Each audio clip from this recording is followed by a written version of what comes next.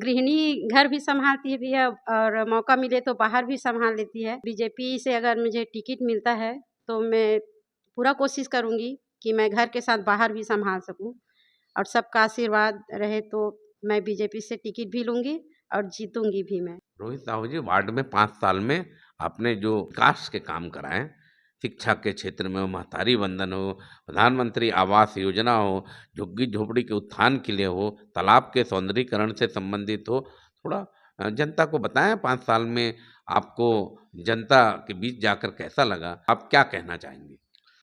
अगर भारतीय जनता पार्टी हमें मौका देती है हमारी श्रीमती जी को, तो प्रबलता के साथ और विकास के मुद्दों को लेकर हम चुनाव लड़ेंगे और श्रीमती जी को मैदान पर उतारेंगे और निश्चित रूप से हम विजय हासिल करेंगे। हमारा एक ही मकसद है, सेवा करना, और हम पूरा 5 साल सेवा करते आए हैं।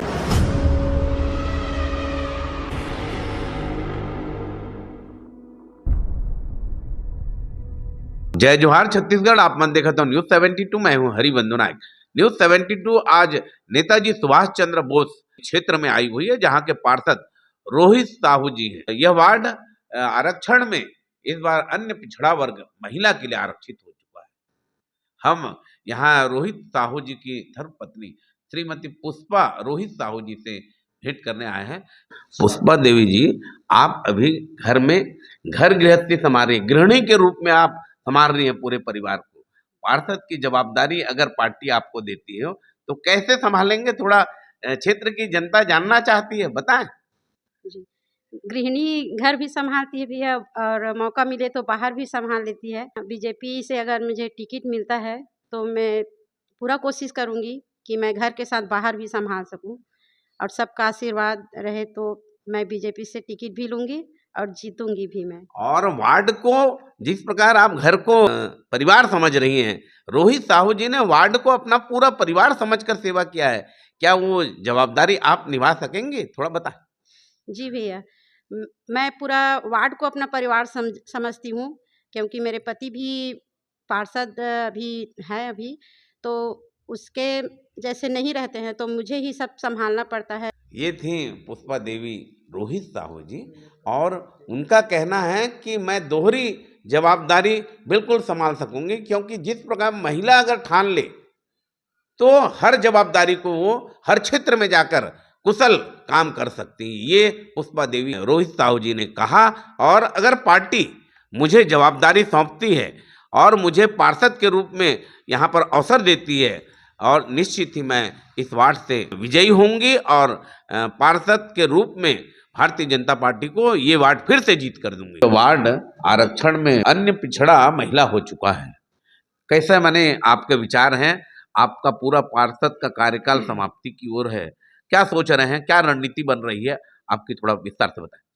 सबसे पहले तो मैं न्यूज़ 72 न्यूज़ चैनल को बहुत बहुत धन्यवाद देना चाहता हूं कि वार्ड से संबंधित जानकारी लेने आप हमारे घर पहुंचे। आपका बहुत बहुत स्वागत है, वंदन अभिनंदन है। आपका सवाल है कि आज वार्ड महिला हो गया है, ये प्रशासनिक का कार्य था और लॉटरी के माध्यम से पूरे 70 वार्ड का लॉटरी हुआ है। और इसमें किस्मत की बोलते हैं ना, किस्मत की बात, यहाँ तो बड़े बड़े धुरंधरों के वार्ड भी चेंज हो गया है हमारे। तो फिर हम तो एक छोटे कार्यकर्ता हैं यहाँ नेताजी सुभाष चंद्र बोस वार्ड के, इसमें महिला आरक्षण पिछड़ा वर्ग का हुआ है।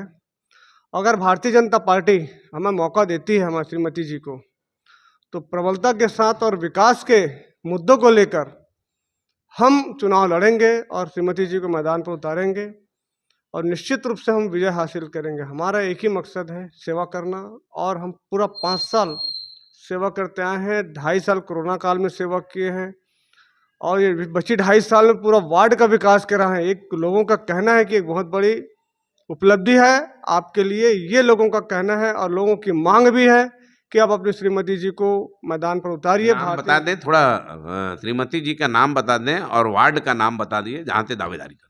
हमारी श्रीमती जी का नाम है पुष्पा देवी साहू, नेताजी सुभाष चंद्र बोस, वार्ड क्रमांक 31 है, जिसमें हम प्रबल दावेदार के रूप में हम हमारे भारतीय जनता पार्टी के बीच हम जाएंगे और टिकट की मांग करेंगे। अगर पार्टी मौका देती है तो हम दोनों मिलकर वार्ड की सेवा करेंगे, क्योंकि 5 साल तो मैंने सेवा कर लिया है और आगे भी सेवा करेंगे, बिल्कुल 100% सेवा करेंगे, तन मन से सेवा कर रहे हैं। जहाँ लगता है धन वहाँ भी धन की सेवा करते हैं। रोहित साहू जी, वार्ड में 5 साल में आपने जो विकास के काम कराए, शिक्षा के क्षेत्र में हो, महतारी वंदन हो, प्रधानमंत्री आवास योजना हो, झुग्गी झोपड़ी के उत्थान के लिए हो, तालाब के सौंदर्यीकरण से संबंधित हो, थोड़ा जनता को बताएं 5 साल में आपको जनता के बीच जाकर कैसा लगा और कौन कौन से विकास के काम हुए? जनता को आप क्या कहना चाहेंगे?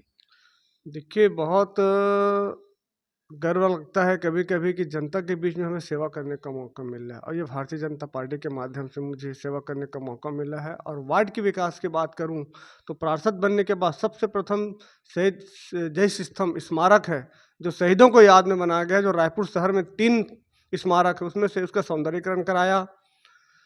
शमशान घाट के सौंदर्यीकरण कराया, जो आज तक कोई पार्षद नहीं कर पाया। तालाबों का 3 तालाब है, तिलों के तालाबों के सौंदर्यीकरण हो गया। सबसे बड़ी शक्तिपीठ हमारे गांव में है माता शीतला का, उसमें मंदिर में चबूतरा और सेट का निर्माण कराया।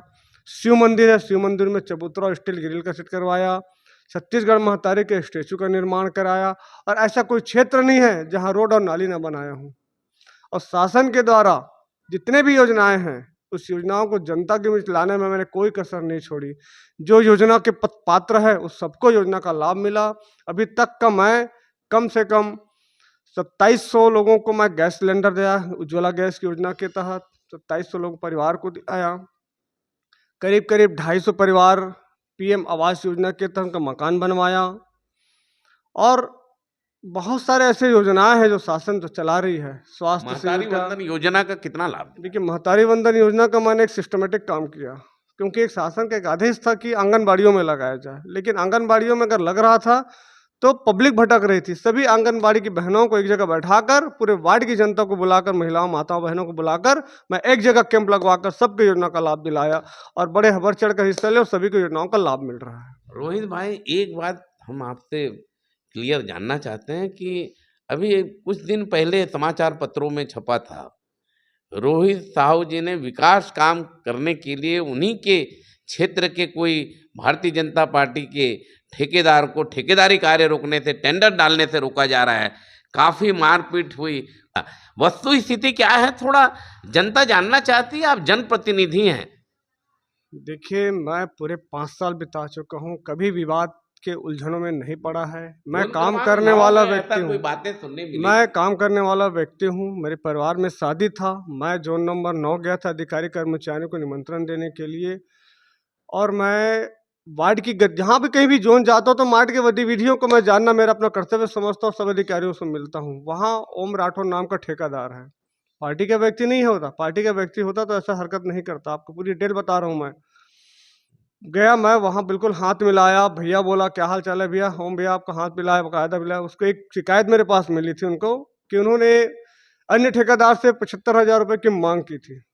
देखा जाए तो एक दृष्टिकोण से ब्लैकमेल भी कहला सकता है इसको, बोल नज़रिए से अगर देखे जाए तो। मैं नाम वापसी के लिए पैसा, इस बात को लेकर मैं उसको समझाया, और अगला टेंडर है उसको ले लेना आप, कोई दिक्कत नहीं है। अन्य ठेकेदार को बोल देंगे मत डाल भाई, इसको ले दो, इससे समझा रहा था। इसी में वो उग्र हो गया, और ये मुझे इसके पहले भी मेरे ऑफिस में आकर मुझे धमका के भी जा चुका है वो। लेकिन 5-7 लोग बैठे हुए थे, उनको निवेदन करके बोला तू जा भाई यहाँ से, मेरे को धमकी चमकी मत लगाया, मैं जैसा विवाद में नहीं पड़ना चाहता, मैं अपना काम करने आया हूँ, तुम निकलो यहाँ से। जिस दिन काम आएगा आप जाके ले लेना, विधि विधा से लो ना काम, हम थोड़ी मना करेंगे आपको। वो धमका के भी गया, लेकिन मैं नज़रअंदाज करके मैंने कोई कंप्लेन न शिकायत कहीं नहीं किया। मैं उस दिन वहाँ मुद्दा बैठा हुआ था, उन्होंने सिर्फ इतना ही समझाया कि तू यह हरकत जो कर रहा है, पैसे की मांग कर रहा है, ये मत कर। फिर उन्होंने बहुत गंदी तरीके से गाली बका मुझे। मैं तक कि मैं परिवार तक उन्होंने गाली बकने का शुरू कर दिया है ना, माँ बहन तक का आने का शुरू कर दिया। और मेरा मोबाइल छीना, कपड़ा फाड़ा, और वहीं पे हाथापाई झटका हुआ है।